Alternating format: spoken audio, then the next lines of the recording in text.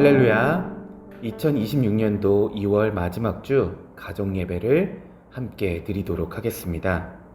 가정 예배를 드리기 어려운 여건이 가정에서는 영상을 활용해서 함께 예배를 드려 주시기를 바랍니다.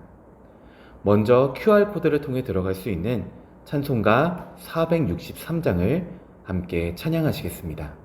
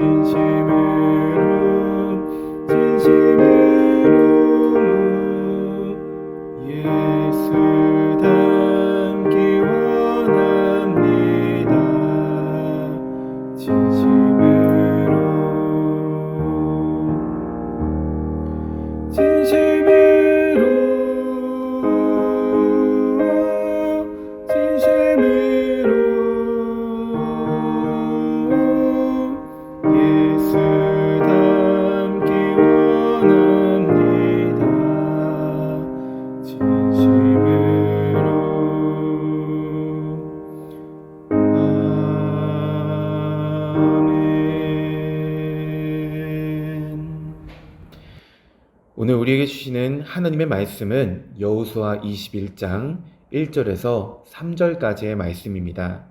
말씀을 봉독해 드리겠습니다.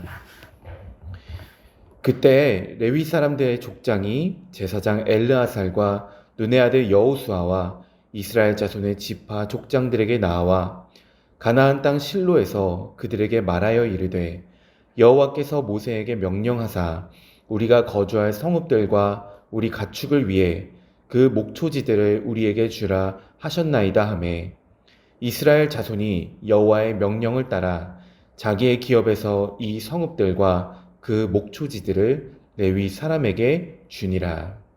이 말씀은 살아계신 하나님의 말씀입니다.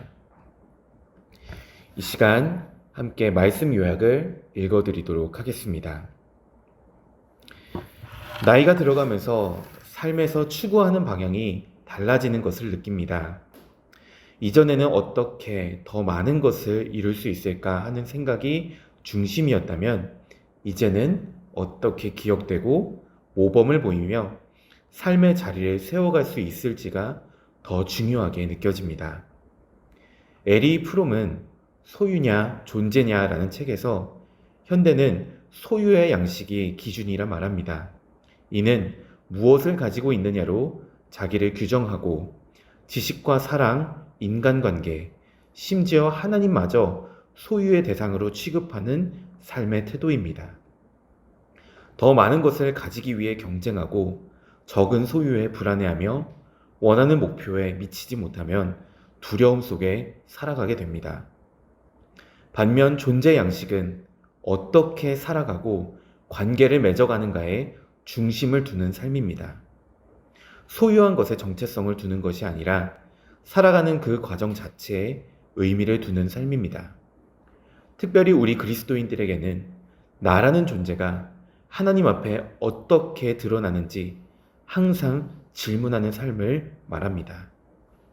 오늘 우리는 스스로의 존재 양식이 소유인지 존재인지를 물으면서 사순절 첫 주일 건강한 하나님의 사람들이 되기를 기대하며 말씀 앞에 서보려고 합니다. 우리는 지난 1, 2월에 여호수아를 묵상하였고 그것을 마무리하는 단계에 와 있습니다. 이스라엘 백성들은 40년의 광야 생활을 마감하고 가나안 땅에 진입했고 모세의 뒤를 이은 여호수아의 인도하에 하나님께서 디자인하신 대로 그 땅을 차지하게 되었습니다. 그들은 철저히 하나님의 방법인 제비뽑기에 따라 땅을 분배했습니다. 이때 특별히 레위 지파는 하나님을 기업으로 받았고 오로지 성막에서 봉사하는 일, 율법을 가르치는 일, 하나님 앞에 예배드리고 백성들 사이에 재판을 담당하는 일에 전념했습니다. 그런데 오늘 본문에서 땅의 분배가 다 끝나고 백성들이 소유한 것들을 누리려고 할 때 레위 지파의 후손들이 성읍들과 목초지들을 요구했습니다. 그 이유가 무엇일까요? 이스라엘 백성들의 과거를 보십시오. 고작 모세가 40일 자리를 비운 사이 그들은 금송아지를 만들어 우상을 숭배했습니다. 그뿐만 아니라 하나님께서는 두 번째 돌판을 백성들에게 주실 때 가나안 백성과 어떤 언약도 하지 말고 혼인도 하지 말라 명령하셨습니다. 그것은 이스라엘 백성들이 환경의 영향을 받을 것을 분명히 알고 계셨기 때문입니다. 레위인들 또한 이런 하나님의 뜻을 분명히 알고 있었습니다. 레위인들은 소유를 위해서 땅을 요구한 것이 아닙니다. 백성들 곁에서 하나님의 뜻을 가르치고 하나님의 백성으로서 거룩하게 살아가는 법을 알게 하도록 하기 위함이었습니다. 그래서 레위 자손들은 이스라엘 12지파가 사는 땅 곳곳 48개의 성읍을 요구했습니다. 우리는 이 본문 속에서 하나님이 오늘 우리에게 말씀하시는 그 메시지를 들어야 합니다. 첫째로 하나님께서는 우리에게 하나님 나라 백성으로서의 삶의 경계를 더욱 분명케 하라 하십니다. 소유의 가치관을 정설로 받아들이는 이 시대 속에서 우리는 하나님이 내 삶의 근본이라는 바탕이 분명해야 합니다. 우리는 왜 예수를 믿습니까?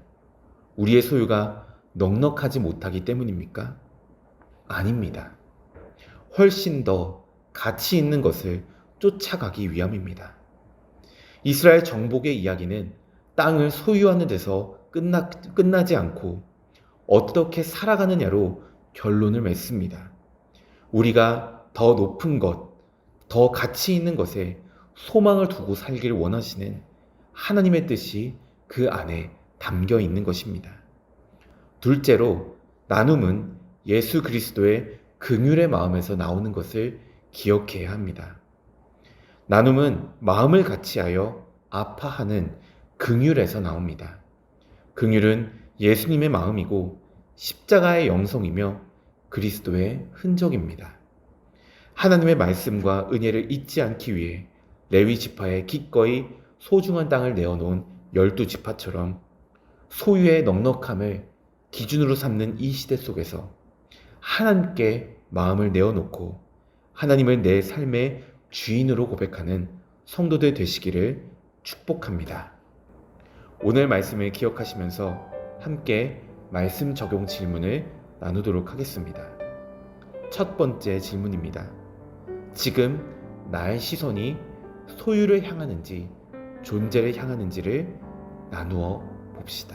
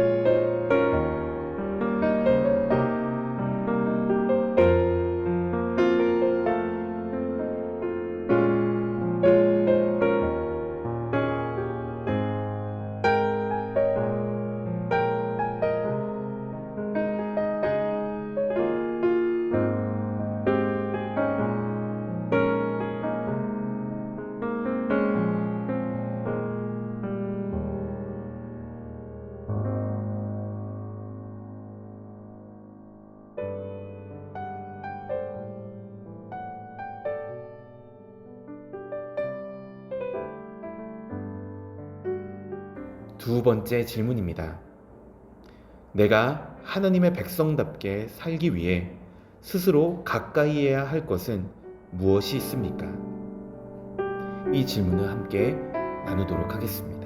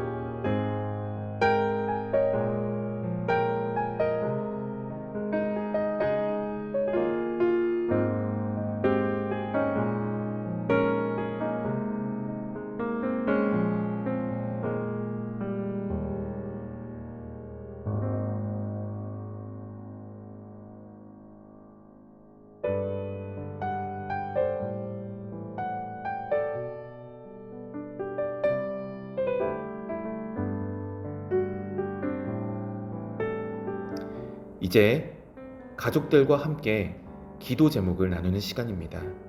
가족들에게 한 주간의 기도 제목들을 나누고 함께 물어봐 주시기를 바랍니다.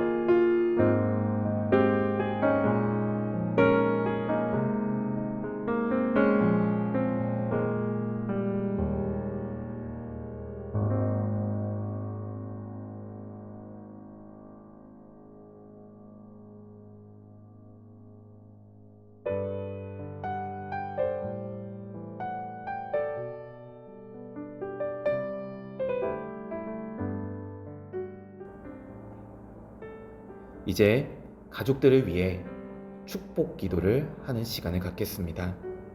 부모님께서는 자녀들의 머리 위에 손을 얹어서 기도해 주시고, 부부는 서로의 머리에 손을 얹고 먼저 서로를 위해 기도해 주신 다음 자녀들의 머리에 손을 얹고 기도해 주시기를 바랍니다.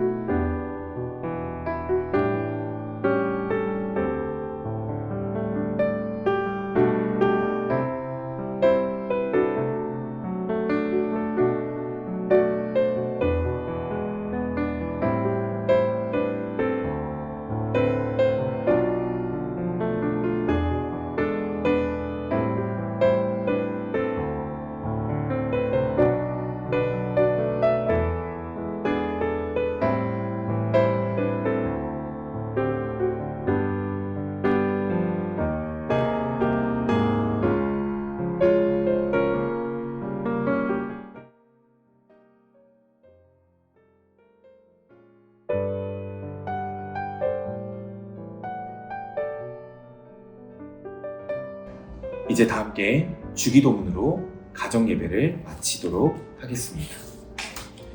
하늘에 계신 우리 아버지여, 이름이 거룩히 여김을 받으시오며 나라가 임하시오며 뜻이 하늘에서 이루어진 것 같이 땅에서도 이루어지이다. 오늘 우리에게 일용할 양식을 주시옵고 우리가 우리에게 죄 지은 자를 사하여 준 것 같이 우리 죄를 사하여 주시옵고 우리를 시험에 들게 하지 마시옵고 다만 악에서 구하시옵소서. 대개 나라와 권세와 영광이 아버지께 영원히 있사옵나이다. 아멘.